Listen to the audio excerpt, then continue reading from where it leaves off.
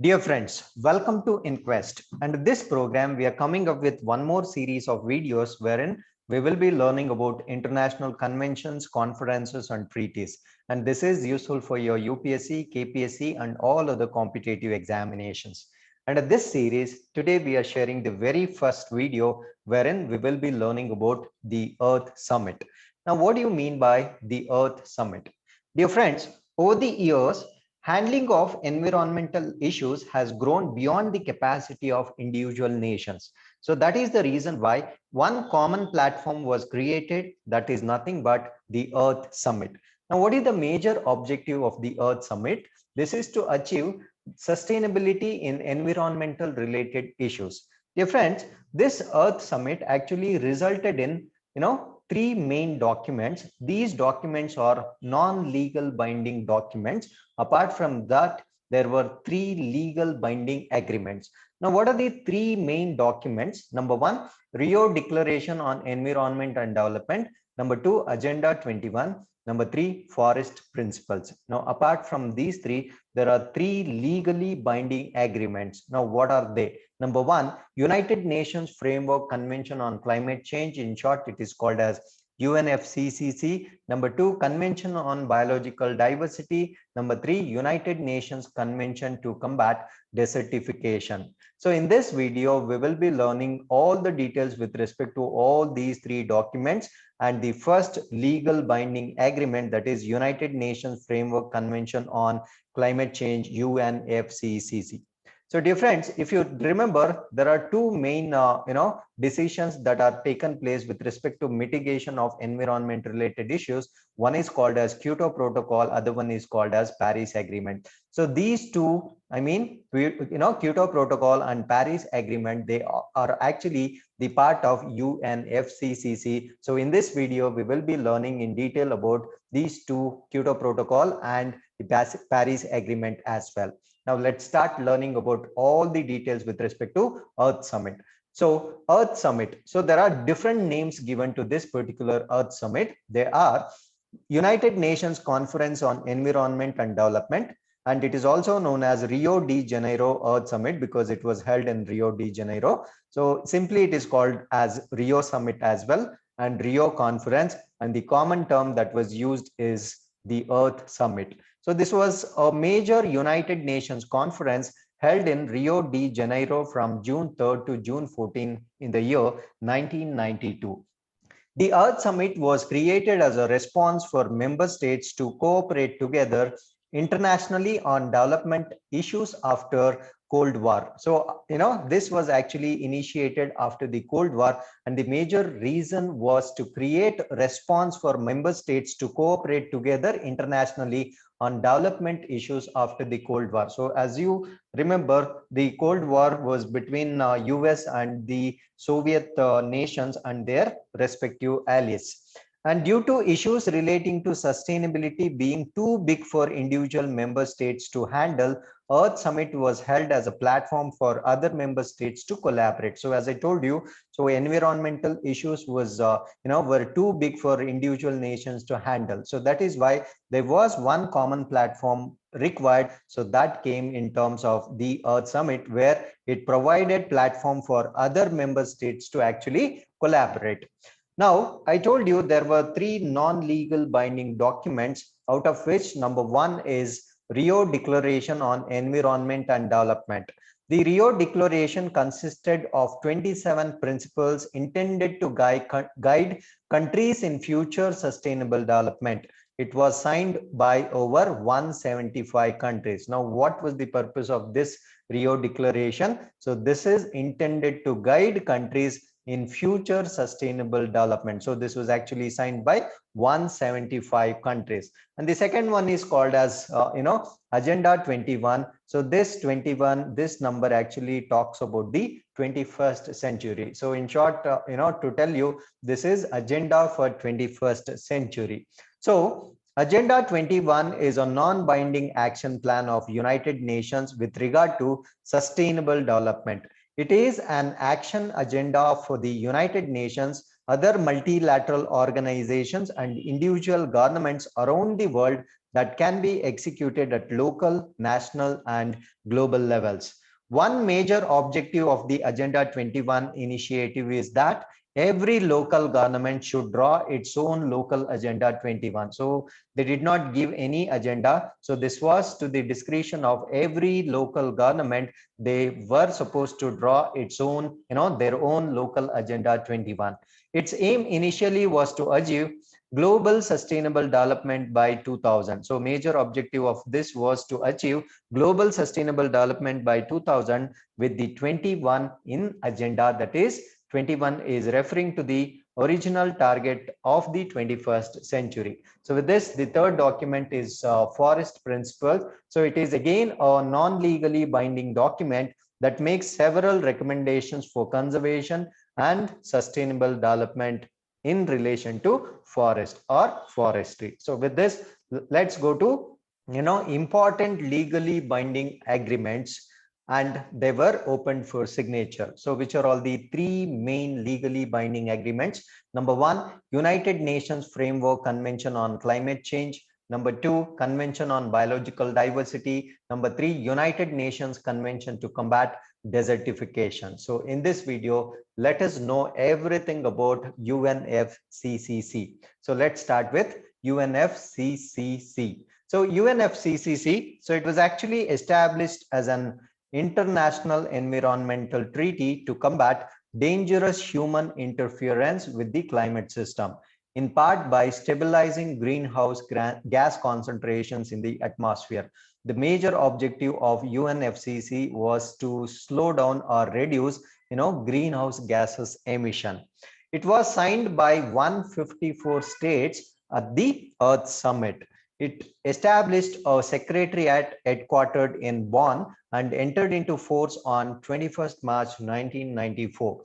The treaty called for ongoing scientific research and regular meetings, then negotiations and future policy agreements designed to allow ecosystem to adapt naturally to climate change. So this is actually to design future policies that will allow ecosystems to adapt naturally to climate change, to ensure that food production is not threatened, and to enable economic development to proceed in a sustainable manner. So this is basically designed to allow ecosystems that can adapt naturally to climate change, and they are also making sure, or this is to ensure that food production is not threatened and to enable economic development. So economic development should be enabled to proceed in a sustainable manner. And the Kyoto Protocol, so this is one of the major components of UNFCCC, which was actually signed in 1997 and ran from 2005 to 2020, were the first implementation of measures under the UNFCCC. The Kyoto Protocol was superseded by Paris Agreement. So two milestone events that we need to remember under UNFCCC. One is Kyoto Protocol, and the next one, the latest one, is the Paris Agreement, which entered into force in 2016. As of 2020, the UNFCCC has 197 signatory parties. Its supreme decision-making body, the Conference of Parties, in short, it is called as COP, they actually meet annually to assess progress in dealing with climate change. So the supreme decision-making body of UNFCCC has been termed as Conference of the Parties. In short, it is called as COP. So they actually meet annually to assess progress in dealing with the climate change. The treaty established different responsibilities for three categories of signatory states. These categories are, so there are three different categories under which the countries are divided according to UNFCCC. They are, so number one, developed countries. Number two, developed countries with special financial responsibilities. Number three, developing countries. So UNFCCC and the treaty established different responsibilities. So there are three different kinds of responsibilities that were given according to the categories of signatory states, and they are divided as developed nations or developed countries with special financial responsibilities, and developing countries. So we are in the third category, that is developing countries. And The developing countries, they're also called as Annex 1 countries. So I mean to say the developed countries, they're also called as Annex 1 countries. So I'll be telling you in detail with respect to Annex 1, Annex 2 and non-Annex countries in the next slide. So what you need to remember here is the developed countries, they're also called as Annex 1 countries, originally consisted of 38 states, 13 of which were Eastern European states in transition to democracy and market economies and the European Union. Annex 1 countries are called upon to adopt national policies and take corresponding measures on the mitigation of climate change by limiting their anthropogenic emission of greenhouse gases. Anthropogenic is due to man activities or human activities, the emission of greenhouse gases that has to be limited, as well as to report on steps adopted with the aim of returning individually or jointly to their 1990 emission level. So they, the target was to get back to the levels of emission that was there in the year 1990. So that was the actually, the target given to Annex 1 countries according to UNFCC. The developed countries with special financial responsibilities.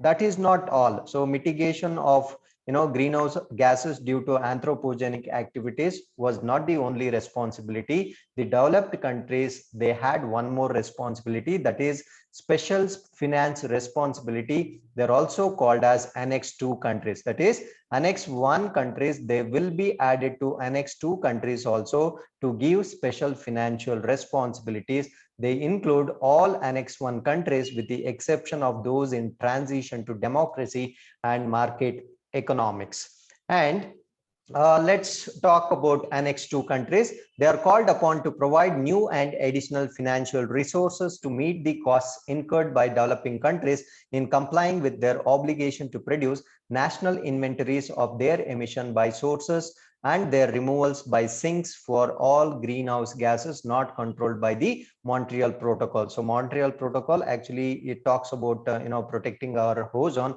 So apart from that, Annex 2 countries, to tell you in very simple words, Annex 2 countries responsibility is to provide financial aid to developing countries to control greenhouse gases emission.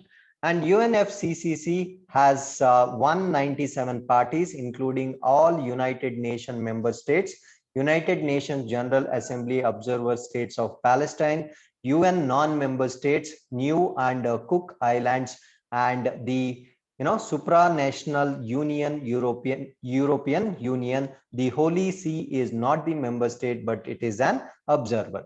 Now let us understand in detail about Annex 1, Annex 2 and non-Annex countries. So parties to UNFCCC are classified as number 1, Annex 1 countries. So these are 43 parties to the UNFCCC listed in Annex 1 of the convention, including the European Union.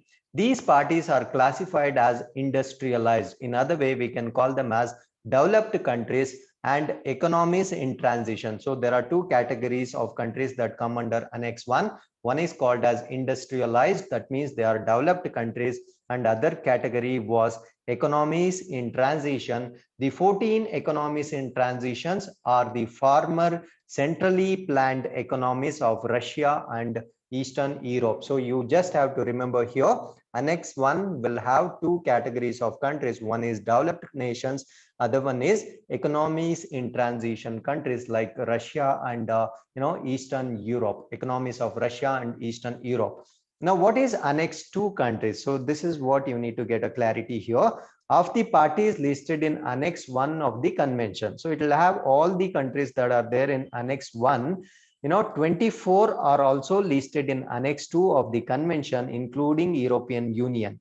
These parties are made up of the members of the Organization for Economic Cooperation and Development. So as I told you, the Annex 2 will have special added responsibility, that is economic cooperation and development. These parties consist of members of the OECD in 1992 minus Turkey plus the European Union. Annex 2 parties are required to provide financial and technical support to the economic in transitions and developing countries. So remember here, economics in transition countries were there in actually Annex 1 countries, and developing countries will be there in non-annex countries. And we need to remember the countries which are there in Annex 2 should support economically of those countries which are in economics in transition state and the countries which are in developing state. And their responsibility is to assist them in reducing their greenhouse gas emission, that is in short climate change mitigation, and manage the impacts of climate change, that is climate change adaptation. So least developed countries, so these are the separate category actually. So 49 parties are least developed countries and are given special status under the treaty in a view of their limited capacity to adapt to the effects of climate change. So due to very low in economic growth, so there cannot be stiff targets given to these LDCs, that is least developed countries. And next, the third category is non-Annex 1 countries. So parties to UNFCCC not listed in Annex 1 of the convention are mostly low income developing countries. So developing countries may volunteer to become Annex 1 countries when they are sufficiently developed. So now let us say there is one country, it is there in non-Annex 1. So when any country that is there in non-Annex 1, they are going to get economic benefits from Annex 2 countries. But it is left to the discretion of non-Annex 1 countries. If they feel that they are sufficiently developed, then they can voluntarily enter into Annex 1 list. So this is what is the meaning of this particular statement. And if you look at the world map here, you can, we have given different colored codes for different annexes. Number 1, Annex 1 and Annex 2 parties. So this is what the green colored maps that you can see here. They are called as Annex 1 and Annex 2. Probably they are, here also some a few countries here. They are Annex 1. They are probably American countries, US, America, France, and England. So even the Australia, they come under Annex 1, 2 parties. Annex 1 parties, again, the blue colored one here, the, countries which are Russia and East Europe are, they actually come in Annex 1 parties. And now the major countries are non-annex parties, like we have, South America, African countries, then we have India, China, and all those countries, they actually come under non-annex parties, and red colored, countries are called as observer states. So this is how, UNFCCC has categorized different countries into different categories. Now, to look at everything at once as a static information for your prelims examination, UNFCCC. So this is a type of multilateral environmental agreement. The context of this is actually environmentalism. So it was drafted in 9 May 1992 and signed in 19 June 1993. So location is Rio de Janeiro, Brazil, New York, United States. So it was effective from 21st March 1994, and condition is ratification by 50 states, and signatories are 165 nations and parties are 197, and depository is Secretary General of the United Nations. And what are the official languages of UNFCCC? One is Arabic, Chinese, English, French, Russian, and Spanish. So with this, let's talk more about United Nations climate change conferences. The United Nations climate change conferences are yearly conferences held in the framework of the United Nations Framework Convention on the Climate Change. They serve as the formal meetings of UNFCCC parties. In short, it is called as Conference of Parties. So in simple words, to tell you, the conferences of UNFCCC are termed as Conferences of Parties. In short, it is called as COP, and the major purpose of this is to assess progress in dealing with climate change, the beginning in the mid-1990s. Changes dealing with climate change and the beginning in the mid-1990s to negotiate the Kyoto Protocol to establish legally binding obligations for developed countries to reduce their greenhouse gases emission. So there are many COPs, that is, as I said, conferences of parties. They were held so far. The first conference of parties that was held in the year 1995, it was held in Berlin, January. I mean, in Germany. So after which the next landmark COP3, so that was held in 1997. Why this is important? Because there they actually accepted Kyoto Protocol. So this COP actually held in Japan. After which, once it was held in India also, that is in the year 2002. So that was Conference of Parties number 8. So it was held in New Delhi, India. So after which the next major decision that was taken care in the COP21, it was held in 2015. So that is called as Paris Agreement because it was held in Paris, France. And the next COP26, that is due, actually this is expected to happen in the month of November 2021 in Glasgow, United Kingdom. So let's talk more about Kyoto Protocol. The first conference of the parties, COP1, decided that the aim of Annex 1 parties. So this you need to remember here. See, the target was given majorly to Annex 1 parties, stabilizing their emission at 1990 levels by the year 2000. So emission should be brought down to the level of 1990, by the year 2000 was not adequate. So the measures taken by Annex 1 countries was not adequate as decided by Conference of Parties number 1, and further discussions at later conferences led to the Kyoto Protocol in 1997. So since the measures were not adequate, then they took further decisions, and that led to the Kyoto Protocol in the year 1997. So the Kyoto Protocol was concluded and established legally binding obligations under international law for developed countries. So as I told you before, so you need to just remember there was legal binding obligations under international law for developed countries to reduce their greenhouse gas emission in the period 2008 and 2012. The Kyoto Protocol had two commitment periods. So it was not just between 2008 and 2012. So there were two commitment periods. The first of which lasted from 2008 to 2012. So first period was between 2008 and 2012. The protocol was amended in 2012 again. So the same protocol was extended, rather I could say it was amended in the year 2012 and encompassed the second one for the period of 2013 to 2020 in Doha Amendment. One of the first tasks set by Unfccc was for signatory nations to establish national greenhouse gas inventories of greenhouse gas emissions and removals, which were used to create the 1990s benchmark levels for accession of Annex 1 countries to the Kyoto Protocol and for the commitment for those countries to greenhouse gases reductions. Updated inventories must be submitted annually by Annex 1 countries. So as I told you, the major task that was given by Unfccc under Kyoto Protocol is to establish national greenhouse gas inventories of greenhouse gases emissions and removals. And the target was to set to the benchmark of 1990 levels for Annex 1 countries only. And it was mandatory for these Annex 1 countries to update inventories. They were supposed to submit them annually by Annex 1 countries. The US did not ratify the Kyoto Protocol. So even though US comes under Annex 1, they did not ratify Kyoto Protocol, while Canada denounced it in 2012.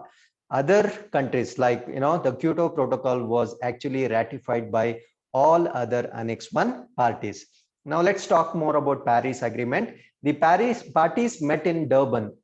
The parties met in Durban, South Africa in 2011, expressing grave concern that efforts to limit global warming to less than 2 or 1.5 degrees Celsius relative to the pre-industrial level. So, the emissions should be brought down to the level of pre-industrial level, appeared inadequate. So all the measures taken by the countries, they appear to be inadequate. They committed to develop an agreed outcome with legal force under the convention applicable to all parties. At the 2015 United Nations Climate Change Conference that held in Paris, the then 196 parties agreed to aim to limit global warming to less than 2 degrees Celsius and try to limit the increase to 1.5 degrees Celsius. This Paris Agreement entered into force on 4th November 2016. The agreement calls for zero net anthropogenic greenhouse gas emission to be reached during the second half of the 21st century. So target is set to be achieved by second half of the 21st century. All the parties to be reducing the global or greenhouse gases emission to zero net. In the adopted vision of the Paris Agreement, the parties will also pursue efforts to limit the temperature increase to 1.5 degrees Celsius. And now we are supposed to know something else that is called as intended nationally determined contributions. So this is the individual nations, they can actually take a lot of factors, a lot of decisions to actually contribute to reduce the rise in greenhouse gases. So at the 19th session of the Conference of Parties in Warsaw in 2013, Unfcc created a mechanism for intended nationally determined contributions to be submitted in run-up to the 21st session of the Conference of the Parties in Paris in 2015.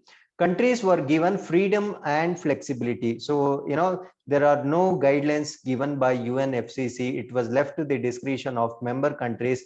They were given freedom and flexibility to ensure that these climate change mitigation and adaptation plans were nationally appropriate. So it can be, customized for those particular countries.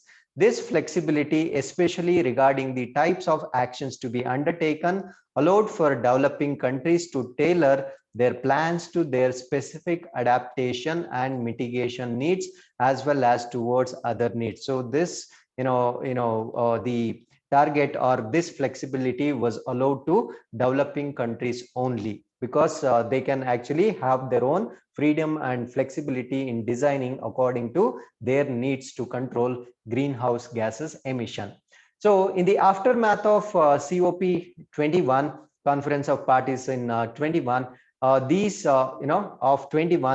INDCs became nationally determined contributions. So instead of INDC, it became NDC, that is nationally determined contributions, as each country ratified the Paris Agreement unless the new NDC was submitted to the Unfccc at the same time.